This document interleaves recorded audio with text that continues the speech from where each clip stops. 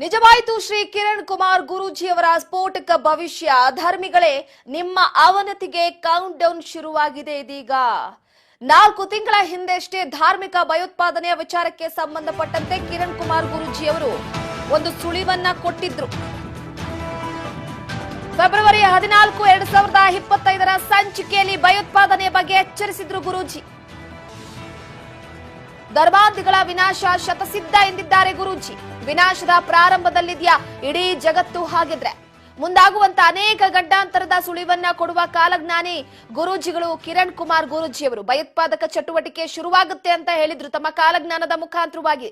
ಹಾಗಾದ್ರೆ ಇನ್ ಮುಂದೆ ಶುರುವಾಗುತ್ತಾ ಧರ್ಮಾಂಧಿಗಳ ಅಟ್ಟಹಾಸ? ಕಾಲಜ್ಞಾನದ ಮುಂದಿನ ಭವಿಷ್ಯ ಏನಿರಬಹುದು? ಹಾಗಿದ್ರೆ ಭೂಗರ್ಭದಲ್ಲಿ ಅಡಗಿರುವಂತಹ ಕಾಲಜ್ಞಾನದಲ್ಲಿ ಇನ್ನು ಏನೆಲ್ಲ ಇದೆ? ಇವರ ಕಾಲಜ್ಞಾನದಂತೆ ಪ್ರತಿಯೊಂದು ನಡೀತಾ ಇರುವಂತದ್ದು ಒಂದು ರೀತಿಯ ಆಶ್ಚರ್ಯ. ಕಾಲಜ್ಞಾನದ ಭವಿಷ್ಯವಾಣಿ ಹೇಳಿದ್ದಾರೆ ಕಾಲಜ್ಞಾನಿ ಗುರೂಜಿಯವರು. ಬನ್ನಿ ಕೇಳೋಣ. ನಮಸ್ಕಾರ.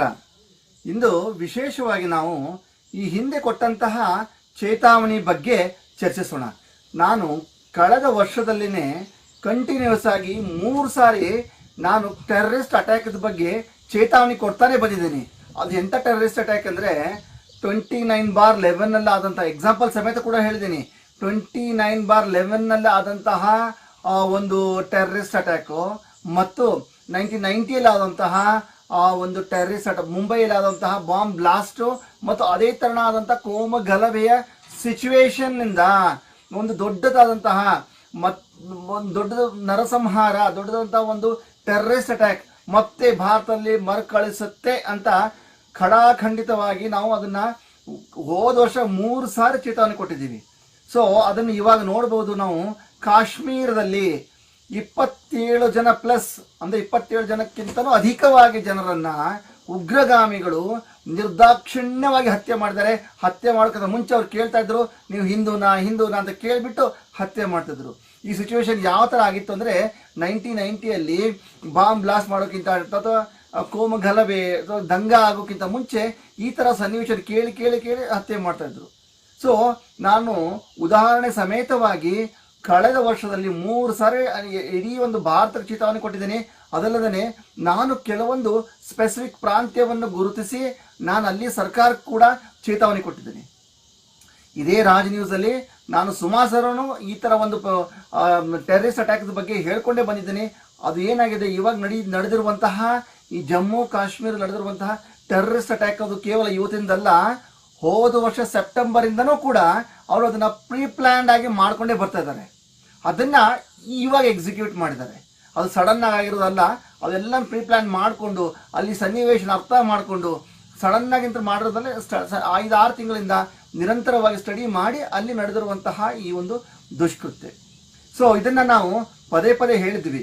ಈ ನಡೆದಂತಹ ಒಂದು ಟೆರರಿಸ್ಟ್ ಅಟ್ಯಾಕ್ ಕೇವಲ ಇದು ಒಂದು ಸ್ಯಾಂಪಲ್. ಬರಲಿರೋ ದಿನಗಳಲ್ಲಿ ಇದಕ್ಕಿಂತಲೂ ದೊಡ್ಡ ದೊಡ್ಡ ದುರ್ಘಟನೆಗಳು, ಟೆರರಿಸ್ಟ್ ಅಟ್ಯಾಕ್ಗಳು, ಕೋಮು ಗಲಭೆಗಳು, ಭಾರತದ ಇಬ್ಬಾಗ ಆಗುವಂತಹ ಗಲಭೆಗಳು ಕೂಡ ಸೃಷ್ಟಿಯಾಗ್ತವೆ. ಇವಾಗ ನಾವು ಹೇಳಿದ ಪ್ರಕಾರ, ಈ ಹಿಂದೆ ಹೇಳಿದ ಪ್ರಕಾರ, ಈ ಒಂದು ಕೋಮು ಗಲಭೆಗೆ ಅಥವಾ ಲಾಂಗ್ ಟರ್ಮ್ ಒಂದು ಫೈಟ್ಗೆ ಅದು ಯಾವ ಥರ ಸನ್ನಿವೇಶ ಇರಬೇಕು ಆಲ್ರೆಡಿ ಆ ಥರ ಸನ್ನಿವೇಶನ ಕ್ರಿಯೇಟ್ ಮಾಡಿದ್ದಾರೆ. ಆಲ್ರೆಡಿ ಯಾವ ಥರ ಸನ್ನಿವೇಶ ಕ್ರಿಯೇಟ್ ಇವಾಗ ಆಗಿದೆ.